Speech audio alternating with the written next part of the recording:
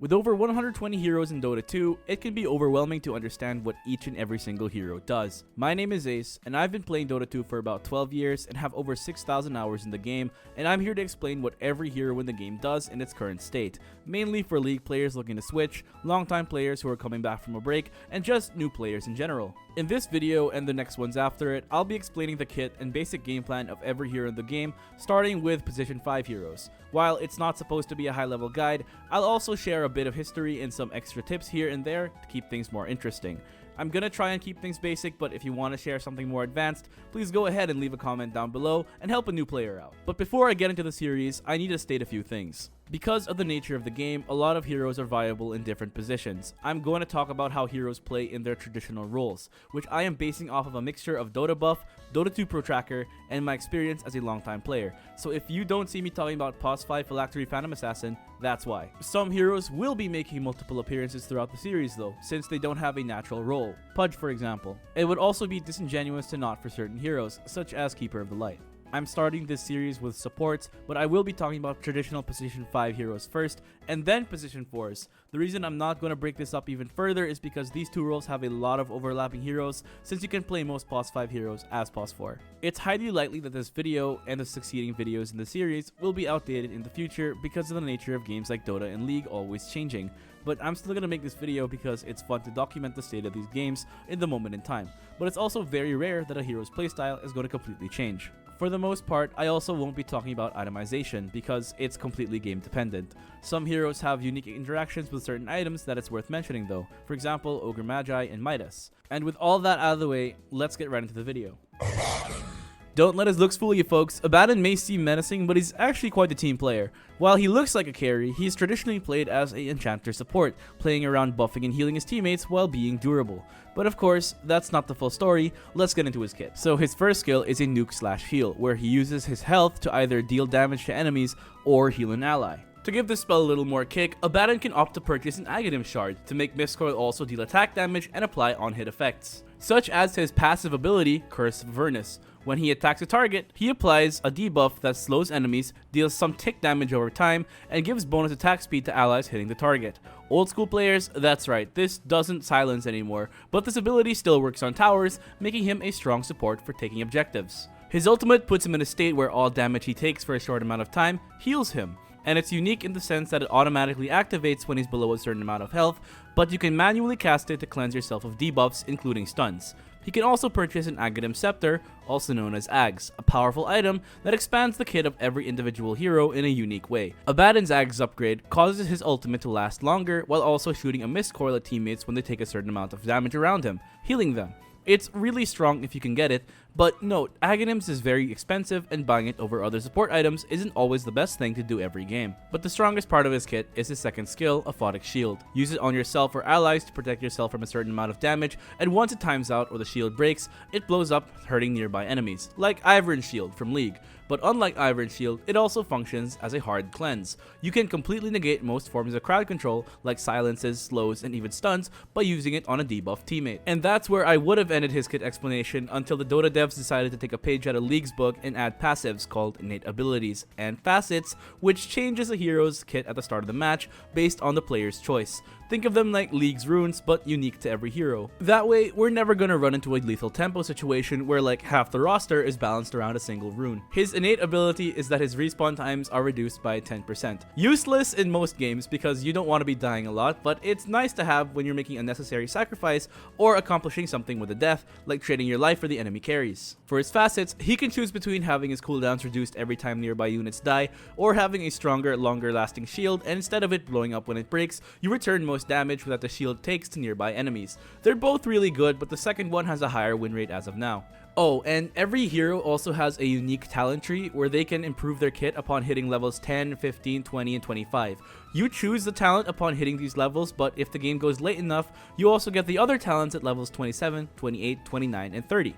Abaddon's talent tree is split between two styles, dealing more damage and supporting his teammates. As you improve at the game, you'll find that choosing a talent is a game-to-game basis, but as a new player, you're better off just picking the talents that boost your supportive capabilities. This means Aphotic Shield Strength at 10, Mist Coil Heal / Damage at 15, Shield Strength at 20, and AoE Mist Coil at 25. Despite being a melee hero, his shield and nuke are powerful trading tools in lane. An interesting interaction is that when he has a shield on himself and uses his nuke, the health cost is subtracted from the shield instead.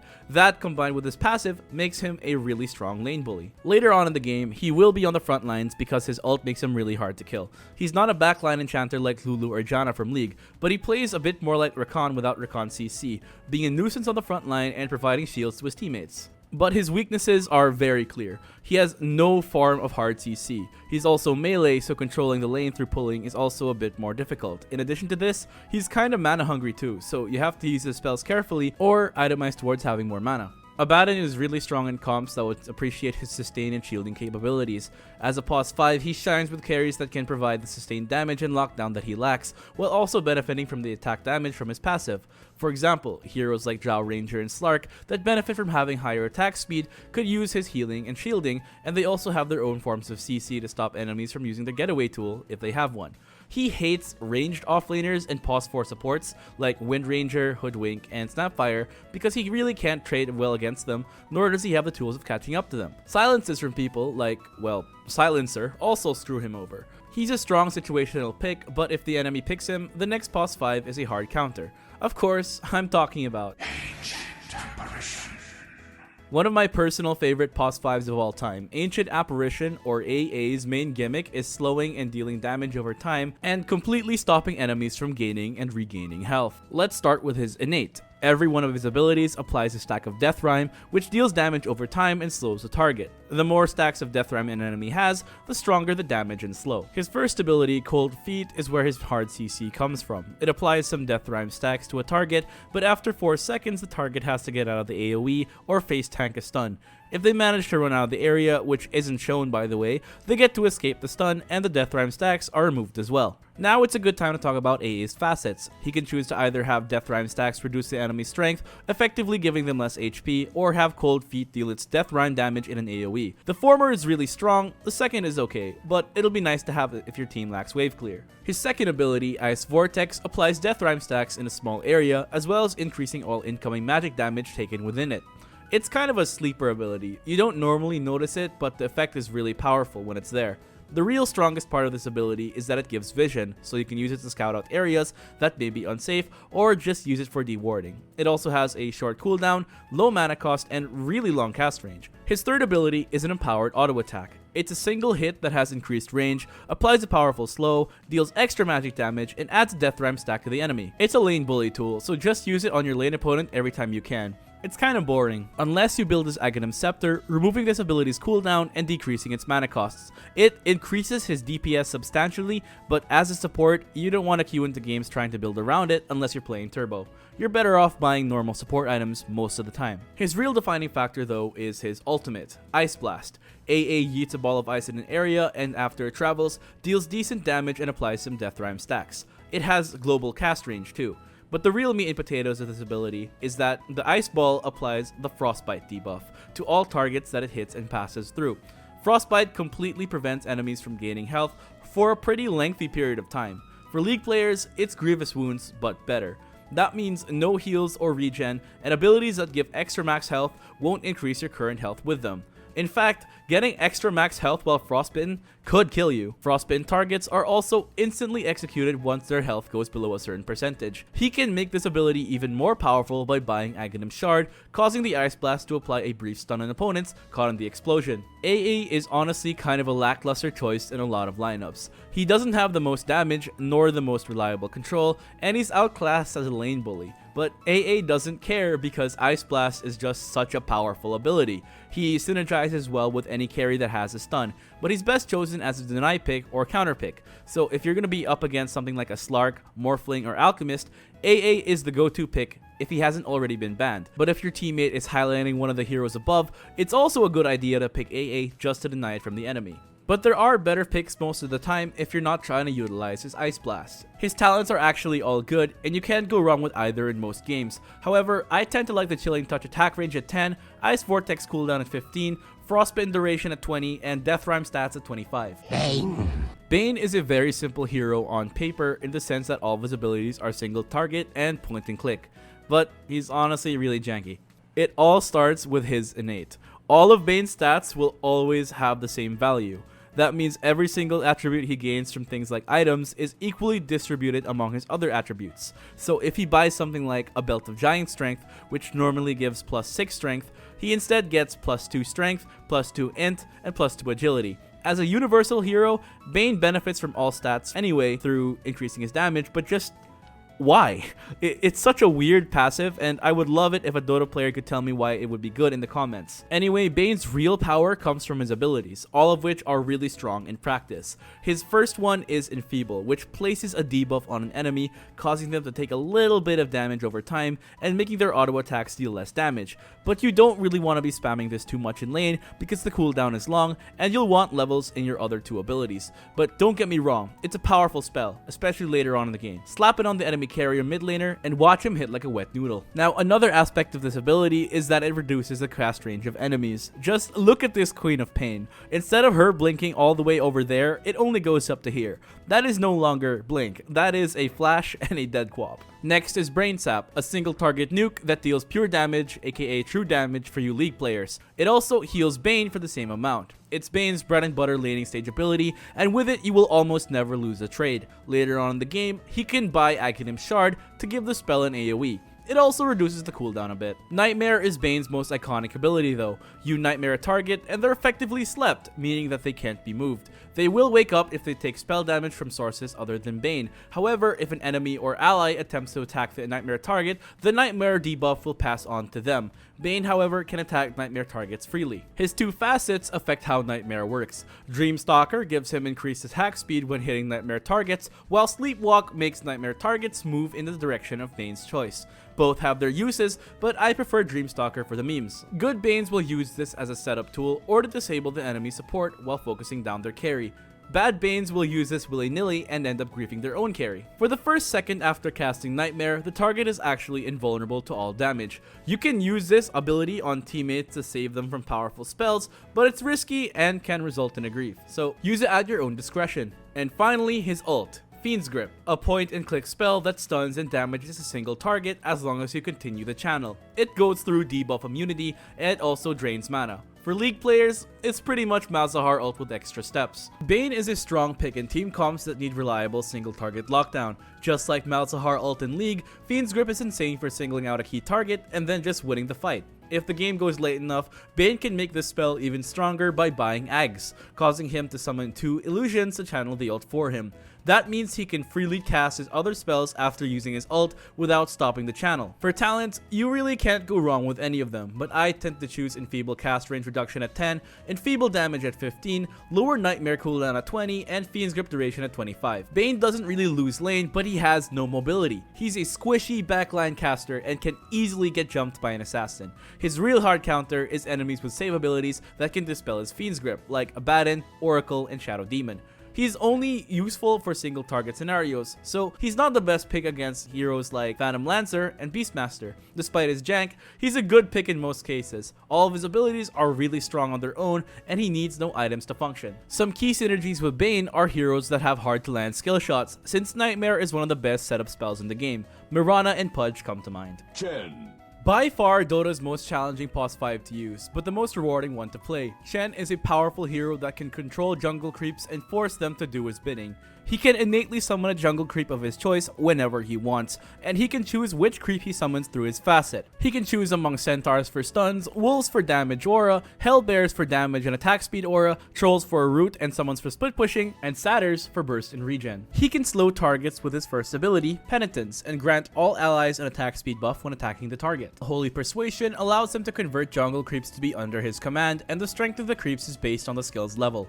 It also gives the creeps a bit of a buff to their move speed and damage. By buying a shard, Chen can convert ancient creeps, more powerful monsters that have much stronger auras and abilities than regular ones. And his third spell, Divine Favor, allows him to buff allies with armor and increased regen, or call his army to him. His ult is an instant global heal that also applies a heal over time afterward. It's just a better Soraka ult. It comes with a pretty long cooldown though, but Chen can buy an Abaddon Scepter to be able to sacrifice one of his creeps at any point for a single target Hand of God. For talents, I tend to go with Penitence damage at 10 because the other one is much more situational, Penitence slow at 15 because Chen's army starts to fall off around this time, Hand of God cooldown at 20 for more sustain, and it's a toss up at 25. If the enemy has a strong stunning teamfight spell, I go with Hand of God Dispel, but I find the increased Hand of God healing to be more consistent. Chen's power comes from his insane early game pressure. Chen can have up to 4 jungle creeps under his control, all of which have their own unique abilities and auras. Chen's game plan is to get as many powerful auras as possible through jungle creeps,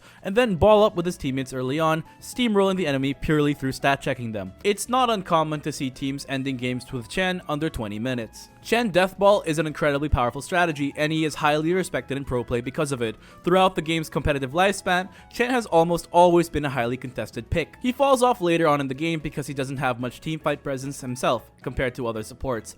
All he really does is stack auras and ball up with his team and end the game sub 20 minutes. If an enemy has ways of dealing with his army in the early game by picking heroes like Clinks or Lina for example, Chen falls off a cliff. Because of his army's auras, he synergizes incredibly well with heroes like Beastmaster, Lycan, and Wraith King, who can all deal some serious tower damage with their own armies.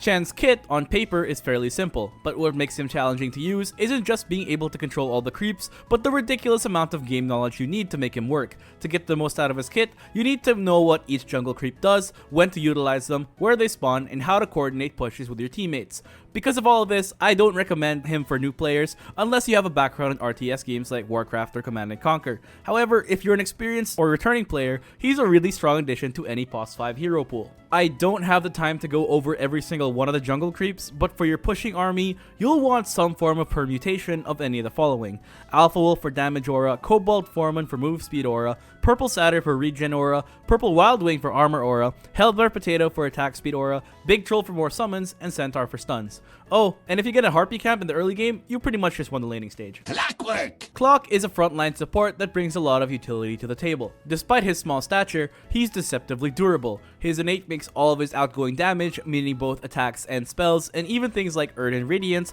get a small damage boost based on his armor. His first skill puts Clock into a state where he applies a mini stun to a random target around him for a short period of time. If all ticks hit a single target, it deals a lot of damage over its duration, so you'll want to stick to one guy and isolate him. You don't want those damage ticks to spill over to lane creeps after all. His second spell, Power Cogs, helps with locking someone down. He summons a ring of cogs around himself, and if enemies on the outside of the ring try to approach these cogs, they get shocked, draining their mana and dealing damage. Enemies can break the cogs to escape, but Clock can also smack the cogs, flinging them in the direction hit. His third spell is Rocket Flare. It shoots out a projectile with global range to scout out and give vision in an area. It's Ash's Hawkshot from League, but it also deals damage in the AoE. Finally, Clockwerk's Hookshot is his gap closer and ultimate. Clock shoots a hook over a long distance and pulls himself to the first enemy hit. Like all hooks, it's a skill shot, meaning it can miss, and it can hit enemy creeps and even allies. However, it does apply a stun and deals damage in an area upon arrival. Upon buying Aghanim's Shard, Clock gains Jetpack, granting him better mobility and flying vision for a short amount of time. His turn rate is severely limited though. It's kind of janky, but it helps you get out after a dive, and the flying vision is really good too. Clockwerk's Ags is an incredibly valuable ability because it grants him overclocking, increasing the power of all of his abilities. When overclocked, his Boundary Assault hits everyone around him, he gains increased attack speed in his cogs, his Rocket Flare gets a severely reduced cooldown and fires more rockets, his Hookshot stuns for longer and in a wider area, and he moves faster in Jetpack. However, after he overclocks, he is severely slowed for 3 seconds. It's one of the best value Ags in the game because it gives you so many upgrades. However, it is pretty expensive, and as a POS 5, you won't be able to farm it every single game. Clock's facets makes it such that he can either knock his enemies around inside his cogs, or have a reduced hookshot cooldown when used on allies, increasing his mobility options. Personally, I like the latter. For talent, most games I would go with Rocket Flare cooldown at 10 for more vision spam, Power Cog hits for better lockdown at 15, Rocket Flare True Sight at 20 as one of the best talents in the game purely for the vision value, and debuff immunity inside cogs at 25 for increased durability. Back in the day, Clock was an offlaner played in the core position. However, because other heroes scale much better than he does, he's been relegated to the support role. That doesn't take away from the fact that he's still one of the most disruptive divers in the game. However, he's actually not all that tanky. None of his abilities, nor his innate, really boost his survivability, meaning he's really just there for stuns and disruption, and the utility of his Rocket Flare. If focused down, he will die really fast, so you kind of wanted to use him in a team that dives with him. He's an okay pick if you want to pick an initiator as a hard support, but there are better options, particularly in the position 4 slot. But as a position 5, he offers initiation, enemy grouping, and lockdown with his hook and cogs. He's really strong with heroes who can take advantage of his long range engage and CC, particularly other supports like Skywrath and Snapfire. Crystal Maiden. Everybody loves seeing a CM in the game. Teammates love the utility and mana she brings, and enemies love having an easy target to single out. CM's innate is that all sources of mana regen are increased by 50%. This means that anything that gives her mana regeneration gives her even more mana. This includes items like Null Talisman and Clarities, aka mana pots. And that's important because she's gonna be spamming her spells a lot. Her first spell is a simple blast of ice that deals damage and slows opponents' hit in an area. It casts pretty fast and deals good level 1 damage, so you should be using this to harass the enemy laner and secure the last hit on the ranged creep. Her next spell, Frostbite, is a point-and-click single target snare. Targets can't move or attack, but they can cast most spells, so they're not completely harmless. Sometimes, you'll see CMs using this spell on jungle creeps, and that's not a grief. It actually has an increased duration on non-hero units and can help CM get some extra farm. Her third skill is a passive, Arcane Aura, which passively gives mana regen to all teammates on the map, and this is amplified for teammates near Crystal Maiden. Almost everyone on your team, except Huskar, will appreciate that extra boost to their mana, even if it seems to be just a little. And finally, CM's ultimate is Freezing Field. For 10 seconds, CM channels a rain of icy explosions around her, dealing massive damage and slowing enemies caught in the area. It's a huge teamfight winning ultimate, if you can get the full duration off. Since it's a channeled ult, enemies will look to cancel it with their stuns, and that's not always a bad thing because sometimes that's one less stun being used on your actual carry. To upgrade this spell even further, CM can buy Aghanim Scepter to allow her to move, use items, and cast spells while using Freezing Field. It also increases the number of explosions, and enemies that stay in the field for too long get rooted too. It's a really powerful upgrade if you can get it. As a pos 5, CM is almost never a bad pick. She offers neat utility, great teamfight, reliable lockdown, and noteworthy damage. Her kit is incredibly simple, and she's a go-to for beginners, but she really plays well in aggressive kill lanes, so try to pair her up with heroes like Juggernaut, Slark, Ursa, Monkey King, and pretty much any carry that can get aggressive early on. Her weakness is that she melts faster than frozen yogurt on a summer day, and she's incredibly immobile. You will be target number 1 for the enemy mid laner, off laner, and anyone with kill pressure just because you're so squishy. You want to buy items that will help you last longer in a fight because the longer you live, the more spells you can get off and the more mana you can give to your teammates. Her shard somewhat alleviates her lack of mobility. It grants her the ability Crystal Clone, which when used, causes her to dash back and create a clone of herself. Should the clone die, either by enemies or CM detonating it, it roots all opponents within an AoE around it. Her facet, Cold Comfort, makes it such that her aura also restores a bit of extra mana to her teammates every time she casts a spell.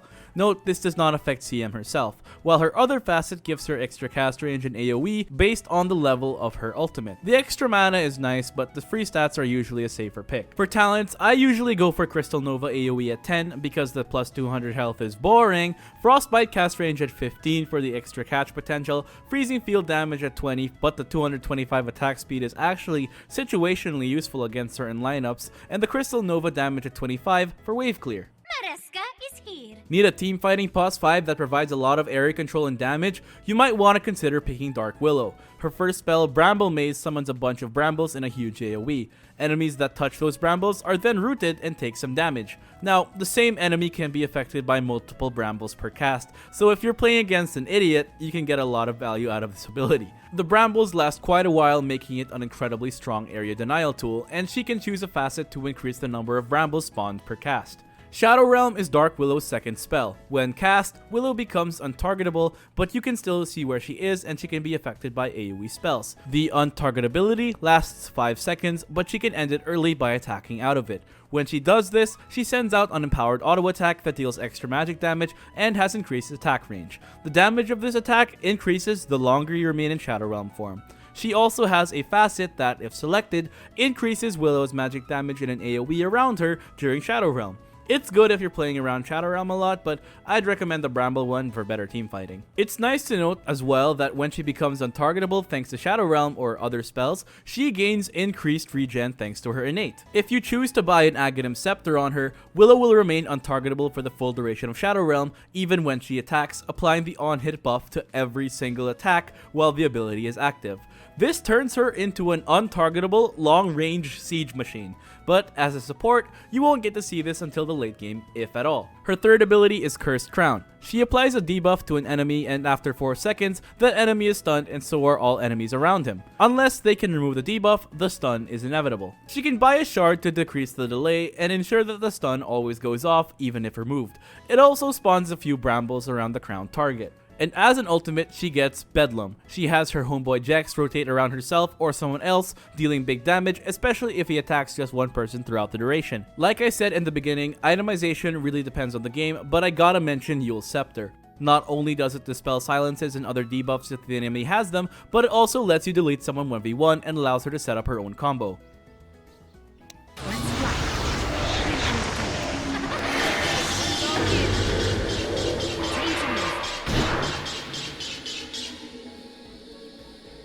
That's almost 2,000 damage to a single target at level 6. And Bedlam has a 30-second cooldown. That's pretty crazy, no? Well, what's really crazy is that she gets a second ultimate for no reason at all. After a short delay, Jax scares off opponents in an AoE, fearing them and forcing them to run in the direction of their fountain. It's a great teamfight control spell and also really good disengage for a quick getaway. Like many backline casters, Willow's weakness lies in her squishiness. While she does have her Shadow Realm to make herself untargetable, it doesn't do anything against AoE spells like Pudge's Rot, Primal Beast's Trample, and Timbersaw. But she doesn't have the best ganks and rotations because her Bramble is hard to land and the lengthy delay on her Cursed Crown. Still, she's amazing in a teamfight and fits well into comps that want to clash. One synergy worth mentioning with Willow is Mars. You can terrorize targets caught inside Mars' arena and force them to run into the walls. The damage isn't the best, but it's pretty funny to watch. For talents, here are my thoughts. The Shadow Realm cooldown at 10 is a huge bait. It's better for Willows that build around Ags,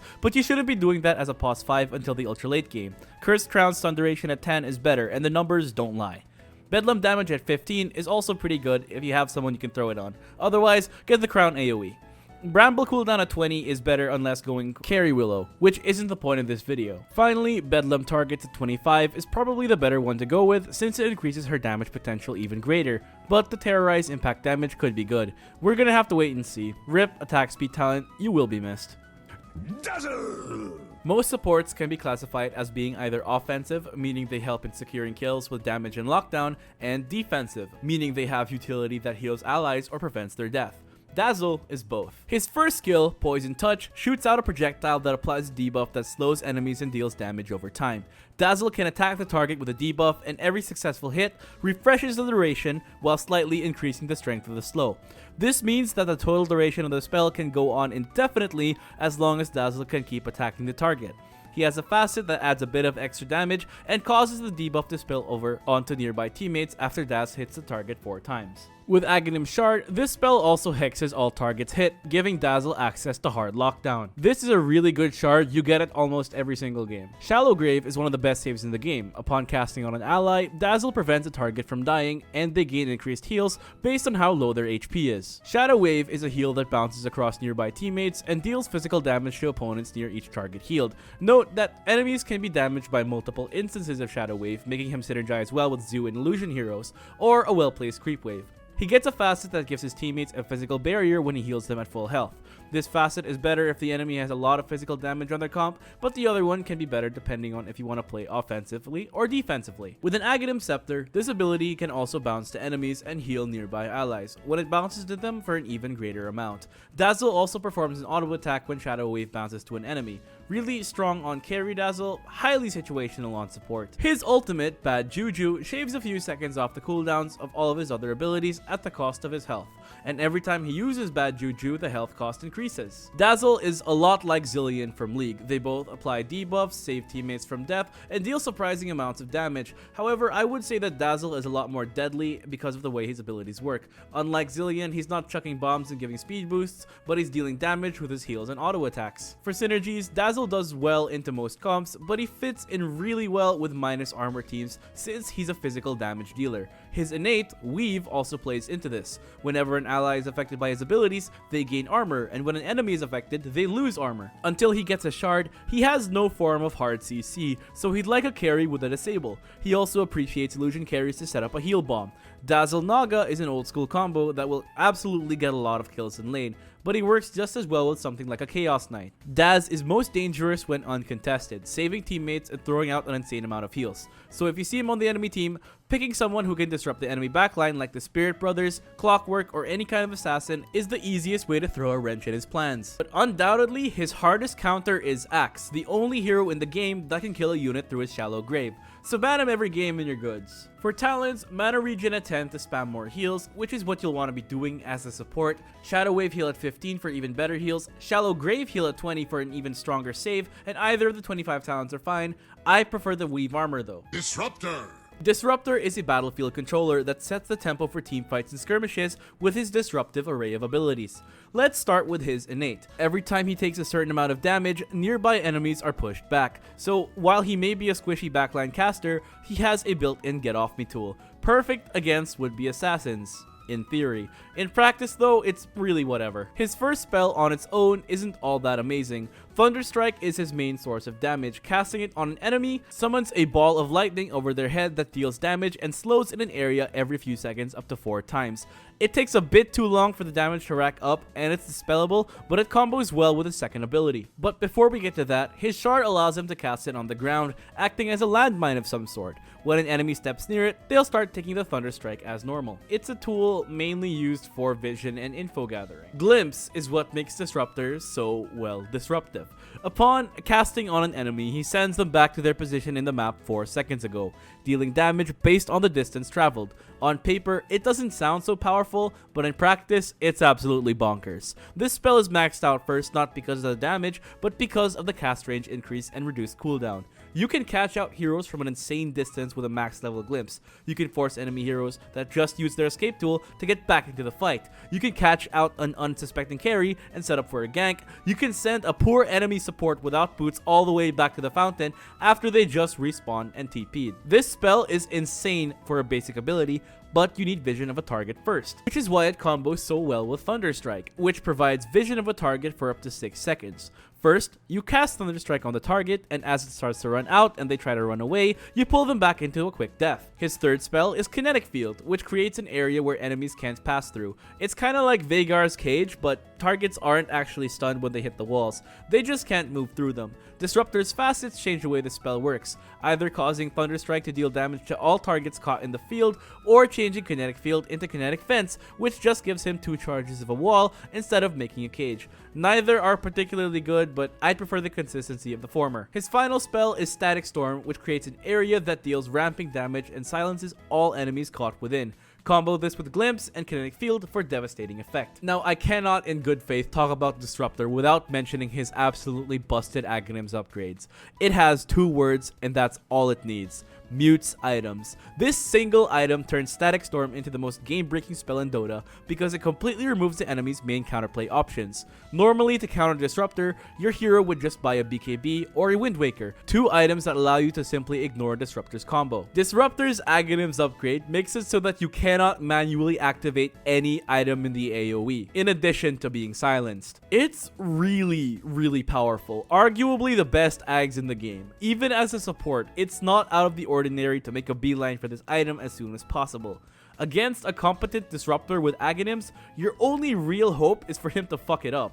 It's just that good. In terms of counters, Disruptor doesn't do well against tanky divers like Spirit Breaker or Primal Beast. While Glimpse can be used defensively, Disruptor really wants to use it offensively to secure extra kills for the team. Additionally, Disruptor's damage output is not very high compared to other support heroes like Dark Willow, Crystal Maiden, or Dazzle. His team needs to protect him, and if they can't, he just doesn't have that many options himself. He fits well into comps or with heroes that can force his enemies to stay in his Kinetic Field Static Storm combo. Disruptor Magnus and Disruptor Darkseer are some go-to teammate compositions. For talents, at 10, I actually think the Kinetic Field cooldown is better. Disruptor's best build is with him maxing Glimpse, then Kinetic Field getting only a single point in Thunderstrike for the utility. The Thunderstrike damage can kinda hurt if you play around it, but you're not picking Disruptor to deal damage. At 15, Static Storm duration is undoubtedly better. At 20, Kinetic Field duration is insane. A 6-second cage is always really good. And at 25, I actually prefer the Glimpse cooldown over the Static Storm radius. The base AoE for Static Storm is already quite big, and having Glimpse up more often just feels better to play with. That being said, the radius is the more popular talent. Grimstroke. Among POS 5s, Grim is one of the most situational picks. He is designed to be a synergistic pick with other heroes in your lineup, thus he can't really slot into a spot willy-nilly, but shines in lineups built with him in mind. His innate is actually pretty strong. His attacks cause enemies to leave behind a trail of ink for a short period of time, revealing them in Fog of War and granting vision. As long as you're constantly attacking someone, you'll have vision of them, removing their ability to juke you through trees and fog. His first ability is Stroke of Fate, a long-range nuke that increases in power with each target hit. It also slows opponents, and you can choose a facet to curve the stroke and increase the bonus damage per target. This ability also applies Grim's innate. His second ability, Phantom's Embrace, summons a spooky ghost lady to silence a target, dealing damage over time and granting vision. Enemies can remove the debuff by attacking the Phantom, but if the Phantom lasts the whole duration, it deals additional damage and the cooldown is reset. Grim's third ability has two phases. During the first phase, Grim coats a teammate in ink, buffing their move speed and causing them to damage enemies around them. Then after a few seconds, they detonate, dealing a burst of damage to all nearby enemies and stunning them based on how much damage was dealt during the first phase. This is why you really want to pair up Grim with a melee core of some sort, so they can run rampant and threaten CC. Grim's other facet allows him to manually detonate Inkswell. Either of the facets are fine, but I like the quality of life of manually popping his E, especially when paired with Grim's Shard, which causes Inkswell to deal even more damage and also heal the teammate Inkswell was cast on. And when it pops, Inkswell will also cleanse most debuffs, including stuns. Soulbind is Grimstroke's ultimate. He leashes two enemies together so they can never be too far apart, and makes it such that any targeted ability on one of them is applied to the other as well. This opens up so many possibilities and means you really want a teammate that can take advantage of Grim's ability to double up on powerful abilities. The only ability Grim can double up from his own kit is Phantom's Embrace, but he can buy an Aghanim Scepter to grant him access to Dark Portrait, which allows him to create a powerful illusion of the target, or targets. The double up also works with items like Rod of Athos and Dagon. Some classic synergies includes Bane's Fiend's Grip, Lena's Laguna Blade, and Doom's Doom. Fun fact, he also counters illusion heroes like Phantom Lancer because Soulbind will always latch to the real one. Though in terms of counters, I'm sure you see a trend here. He easily gets rushed down by enemies because of his lack of survivability and mobility. His biggest counter though is teammates who don't pick heroes that can make the most out of his spells. And that's all for now, but don't go anywhere because there's still a lot more to come. I'll be explaining even more POS 5 supports and then POS 4 supports soon after. Let me know what you think of the first episode, and if you're looking forward to seeing anyone later on in the series. Leave a like if you learned something, leave a comment if you want to say something, and subscribe if you haven't already, because more and better content is already on the way. That's all for now. Ace out.